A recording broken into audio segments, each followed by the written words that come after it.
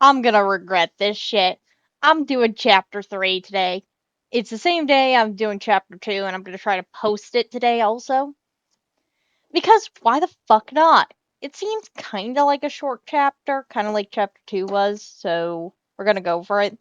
Also, my abysmal drawing of humans here. I tried. I'm not good at humans. You can see I'm way better at cats, and I didn't feel like redoing my line art when I realized it was a little too thick. Well, anyway, let's get this show on the road with Black Cats Are Bad Luck and So Are You, Kid by Ollie, Chapter 3. Azuku padded around the apartment, bored.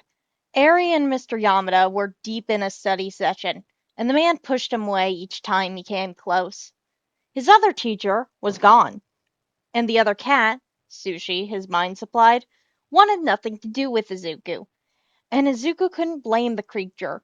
Izuku barely wanted anything to do with the larger beast at the moment either. He didn't know if it was his new instincts or what, but Izuku didn't like the animal much. Something about the cat made Izuku want to either run and hide or fight the other. As it seemed neither of them wanted either, they kept away from each other as much as possible, and Izuku was just fine with that. Izuku walked down the hallway of the apartment, back to the two's bedroom. For some odd reason, he felt safe in his teacher's closet. He shuffled into the small, dark space and went into the corner. He had found a pink sweater that smelled like his homeroom teacher, but had his English teacher's name on the tag. It was very soft and warm, and Izuku grabbed it and a few other clothes that were on the ground and piled them into the back corner, where he was out of sight and he could see the door. For some reason, the placement put him at ease, but he didn't question it, troubled by the more pressing question. How am I going to get their attention? The apartment was small, clean, and devoid of anything he could use to write out his name, or even give a hint as to who he was. He didn't even try and act like a normal cat, but somehow they never saw him respond to them, or thought he was being a strange cat. He wasn't sure how it wasn't obvious that he wasn't a normal cat, or a cat at all. But again, Izuku had never had a cat before, and barely interacted with the feline species. He was at a loss for any of this. The worst was sucking it up and using the litter box. He did that very quickly and moved on with his life. He did try to use litter to create some kanji, and his English teacher did walk in on it complete. But Izuku guessed it must have been illegible or something, because the man just sighed and complained about how, Hazel, you're already making too many messes. He was banished from the bathroom and locked out, and to his dismay, he heard the man using the restroom and immediately walked away. He saw Aries sitting on the couch and walked over to her. She gasped in delight as he jumped up next to her. Hi, kitty. Azuka meowed in response. Meow. Hello, Aries. The girl giggled and picked the small black cat up, holding him close. She kissed the top of his head and pet him. Good kitty. It felt nice, so Izuku sighed and let the girl. He was stressed and wasn't going to disappoint the girl by jumping off her lap, so he stayed. He didn't even realize he slowly began to purr until he felt large rumbling in his chest and heard himself. He could purr loud. That was kind of cool. Izuku rubbed his chin against the girl's hand and relaxed. The girl giggled and squeezed him tighter. It was uncomfortable, but Izuku didn't mind it. You can jump off, new guy. You know, you don't have to let her hold you like that. Izuku looked up to see Sushi sitting on the top of the cat tree, watching them both. The larger cat's tail was lazily flickering to side, and Eri continued to pet him obliviously. You can come up here. She can't get you higher up. Izuku blinked at the larger cat in surprise and responded, I'm alright. Doesn't hurt all that bad. The other cat huffed and shrugged, turning away and going back to sleep. Eri continued to giggle above him, and Izuku looked to boop his nose on her chin. She squealed and began wiping her face, so Izuku got out of her grip. But he sat down beside the girl again, who was delighted he stayed. A few moments later, his English teacher came in and sat down beside the two. So, Eri, you want to watch something?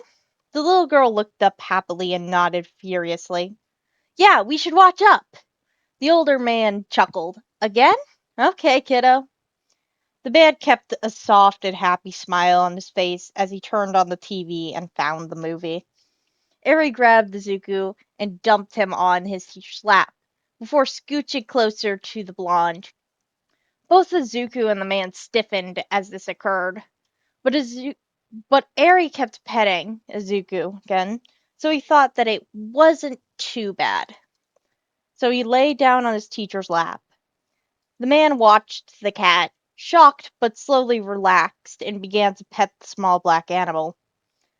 Izuku was happily purring again, slowly drifting off to sleep, soothed by the sounds of people around him and the movie playing.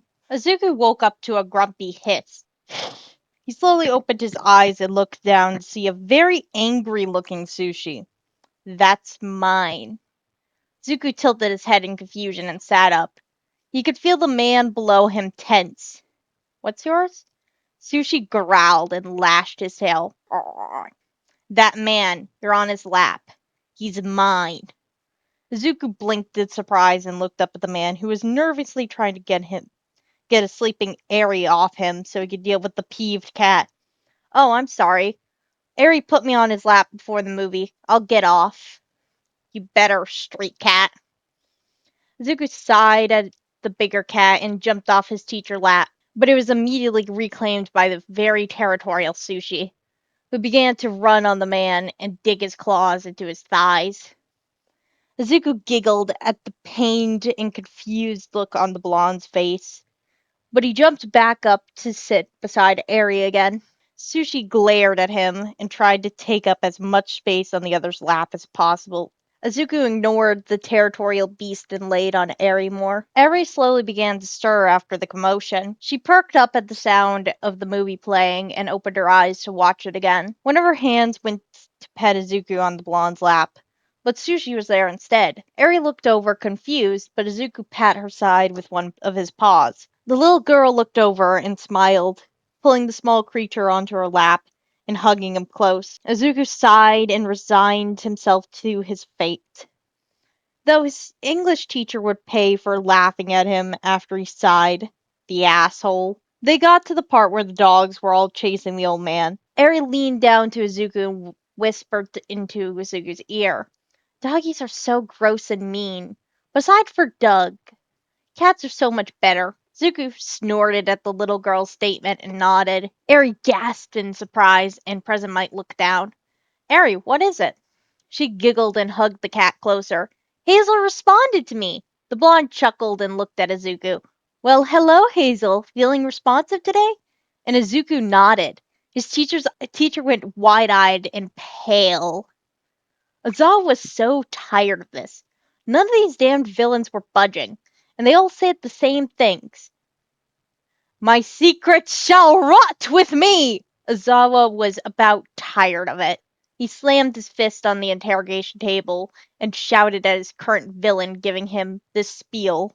Yeah, well, I'll actually let you rot if you don't tell me where my damn kid is. The man before him flinched but did not respond. Zawa glared at the man and leaned forward. Now then, the green-haired boy, what happened to him? I could give less of a shit about your secrets. I want to know about my kid. The man before him glared and spoke again. My secret shall rot with... Zawa stood and quickly rounded the table, grabbing the man by the collar and hefting him up to his face. I told you, if you cooperate, I could give you community service instead of jail time. But I'm about to give you a trip to the hospital if you don't speak up. The man gulped and seemed to be debating something. Azawa dropped the man and glared. Start talking. Suddenly, the door burst open and Tsukachi stood there. You have a call. Sawa sighed and walked off, not before giving a hard glare to the man in the room. What is it? Hizashi says it's important. Is Eri okay? Not sure. Just said he needed to talk to you ASAP. Azawa sighed and walked faster.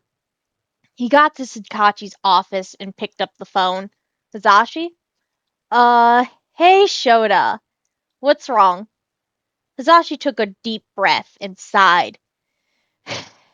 You know how weird our new cat is, right? Yeah, I think it's sentient.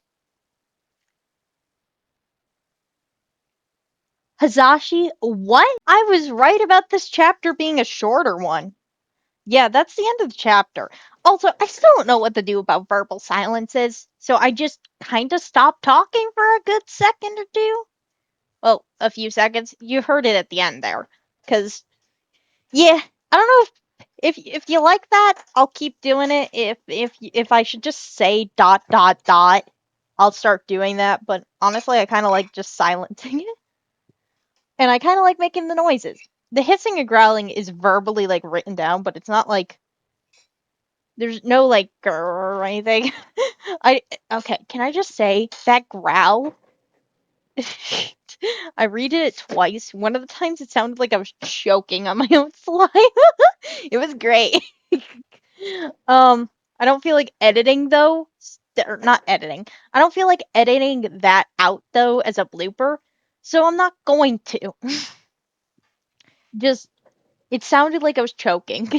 Anyway, I hope you enjoyed. I'll try to get the art for chapter 4 done today. I don't think I'm gonna record it today though because I recorded these back to back basically, and I'm tired already. I don't know. Maybe I'll change my mind and record it at like fuck o'clock. Anyway, bye.